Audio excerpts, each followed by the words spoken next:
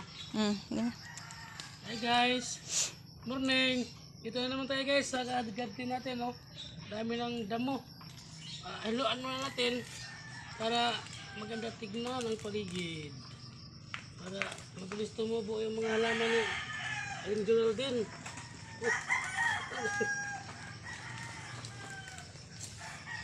Kailangan makita yung halaman.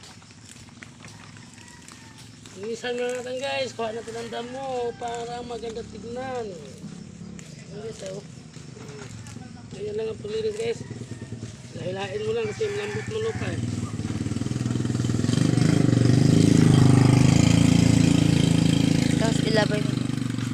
Tapos ilabay sa basurahan na Ito na naman guys, oh.